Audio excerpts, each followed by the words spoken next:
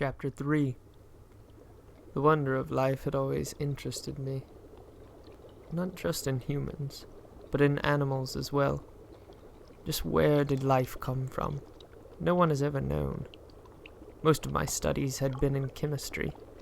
Now I decided to study human biology. The study of life is also to study death. I wanted to see how death changed bodies. I cut into dead animals and people. I saw how death gives way to life. A human or animal dies and its body gives food and life to worms.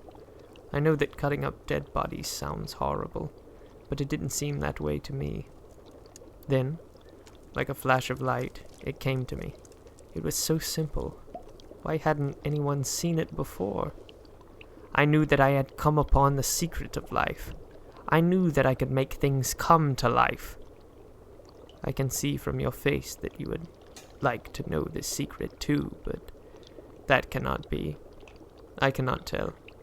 If you hear my story to its end, you will see why. I tell you this, be happy that you do not know this secret. It's much better to not know.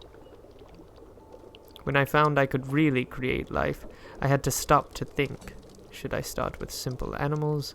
And if so, what ones? At first, I didn't think that I should try to make an animal like myself. A man. It would be too hard. But then I thought about how things were changing in science all the time. New discoveries were being made every day. I was sure that if I had problems, I would find answers. I had to succeed. I knew I would. For a month, I gathered my things together. Then I began. What was I thinking at this time, you may ask? Was I like a man who had lost his mind? No, my friend, far from it. I was going to create a new kind of man. This man would love me more than a son loves his father. I also thought that if I could make lifeless parts live, maybe I could bring the dead back to life. These thoughts kept me going. I shake when I think of the things I did. I robbed graves and cut up the dead bodies. I can still see all those staring dead eyes. I stole bones and organs. The horror of it stays with me, even today. My work became everything to me. I didn't write to my family, and I never went out with friends. I ate very little and began to lose weight. My eyes grew deep set in my face. Most of the time I didn't wash. I worked in a secret room at the top of my house near the university. At times what I was doing made me sick, but still, I kept working. Chapter 4. Over a year passed. I received letters from my father. He was worried about me, but I couldn't stop. I couldn't write back. I had to finish my great project. Then, one dark night in November, I came to the end of all my work. It was 1 o'clock in the morning. The rain fell against the window. My candle was nearly burned out. I put together all my instruments so I could give life to the thing on my table. Then I saw the creature's yellow eyes open. It breathed hard, and its arms and legs shook. How can I describe this thing I had worked so hard to make? He was very tall. I had chosen his face as beautiful. Beautiful? How wrong could I have been? His hair was long, black, and shiny. His teeth were white and perfect. But these things made the rest of him seem even more horrible. His yellow skin barely covered what was underneath it. His yellow eyes almost matched the color of his skin. He had straight black lips. This was what I had worked on for almost 2 years.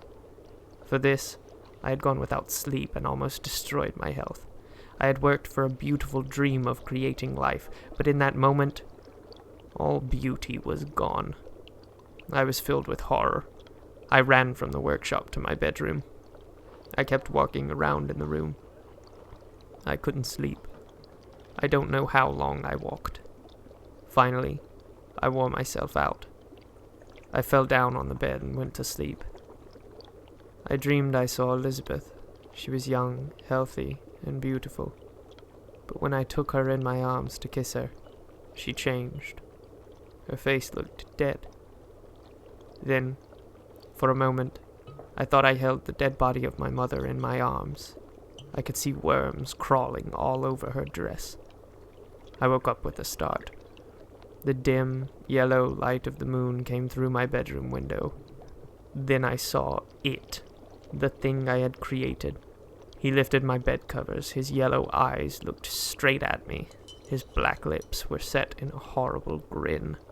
From his mouth came an awful sound. He may have been trying to talk. I don't know. He reached toward me.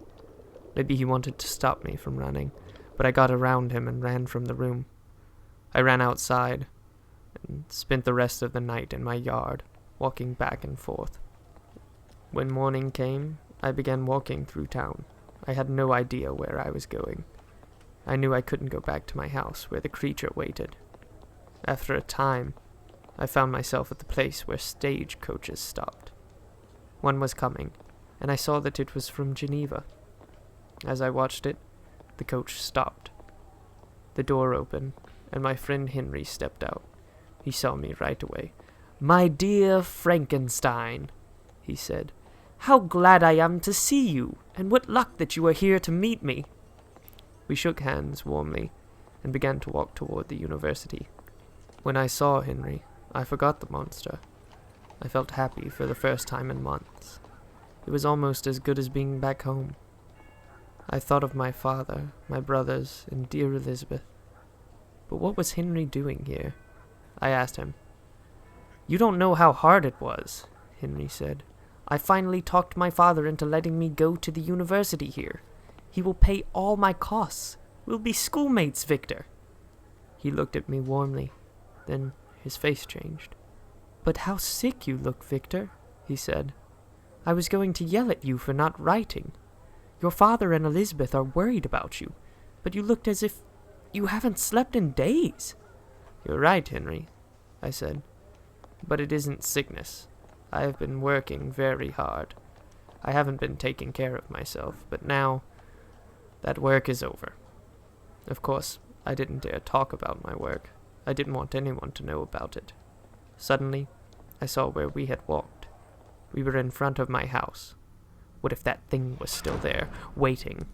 I had Henry wait outside while I looked through the house. The monster wasn't there. Filled with joy, I went and brought Henry inside. We were having breakfast when it happened. My joy turned into something else. I couldn't stop laughing. I began jumping around the room, still laughing. "Victor, why are you acting this way?" Henry asked. "What's wrong?" I began to cry. "Don't ask me!" I yelled. I threw my hands in front of my eyes. I thought I saw the monster come into the room.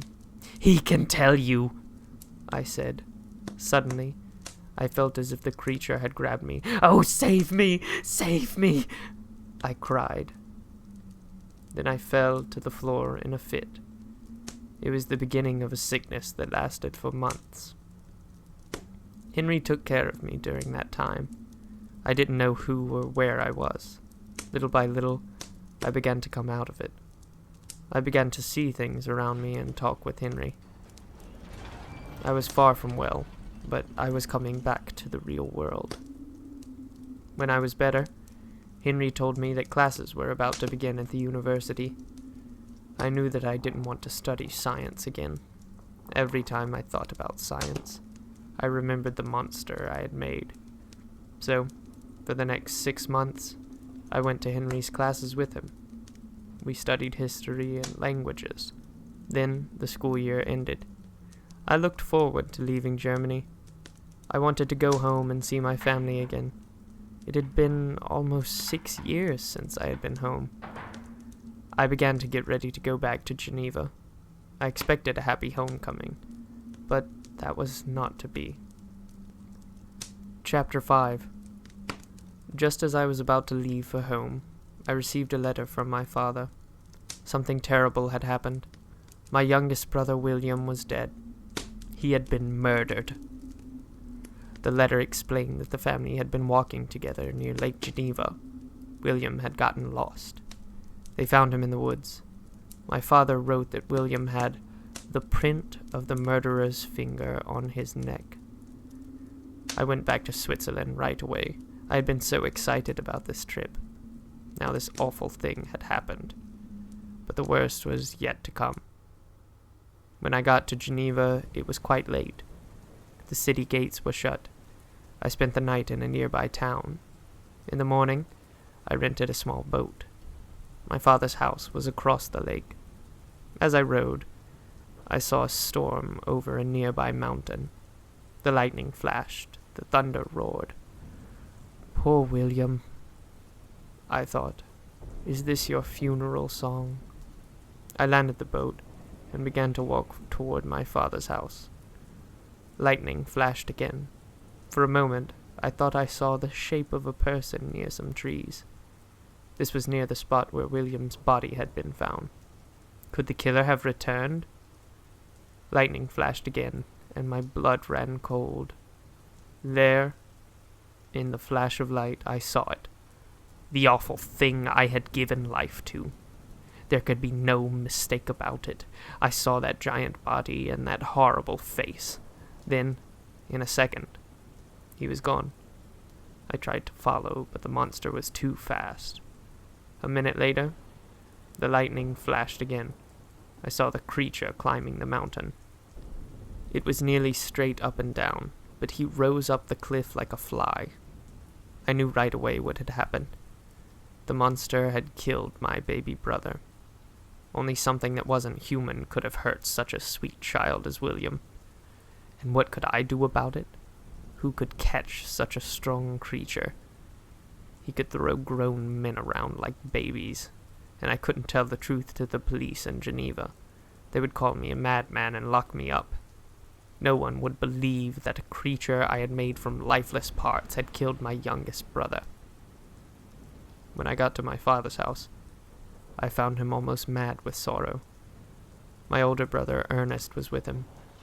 Elizabeth had stayed in bed, crying. Somehow, she felt that she had caused William's death. She felt that if she hadn't let him wander off, William might still be alive. Ernest began telling me about the murder. I wasn't listening to what he was saying.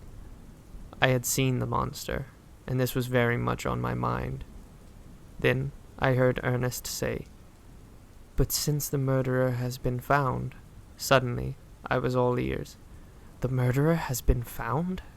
I asked. "How can that be? Who could be strong enough to follow him? I saw him too last night." "I don't know what you mean," Ernest said to me. "Justine is the one being held." Justine was a young woman who had been adopted by our family many years before. I knew she loved William as much as we did. She had always been there to play with him and to take care of him. "But that can't be," I said. "Justine would never harm little William." "None of us thought so either," Ernest replied. "But the police found something. You remember that little picture of Mother? The one Father had made into a pin?" "Yes, I do," I answered. "Well, William wore that pin. He begged Father to let him wear it. Even though it was worth a lot of money, Father let him keep it. The pin was found in Justine's pocket." "A mistake has been made," I said. Yes, a mistake had been made. But I was the only one who knew it. Elizabeth didn't know what I knew, but she didn't believe that Justine would kill William. Elizabeth and I tried to help Justine, but we couldn't. There was a trial. Poor Justine was found guilty, and she was hanged a few days later. Can you know what went through my mind? I knew that the monster had killed William, but I couldn't tell anyone. No one would believe me, and all this trouble had come about because of me. I had created the monster, and because of my creation, both my brother William and dear Justine were dead.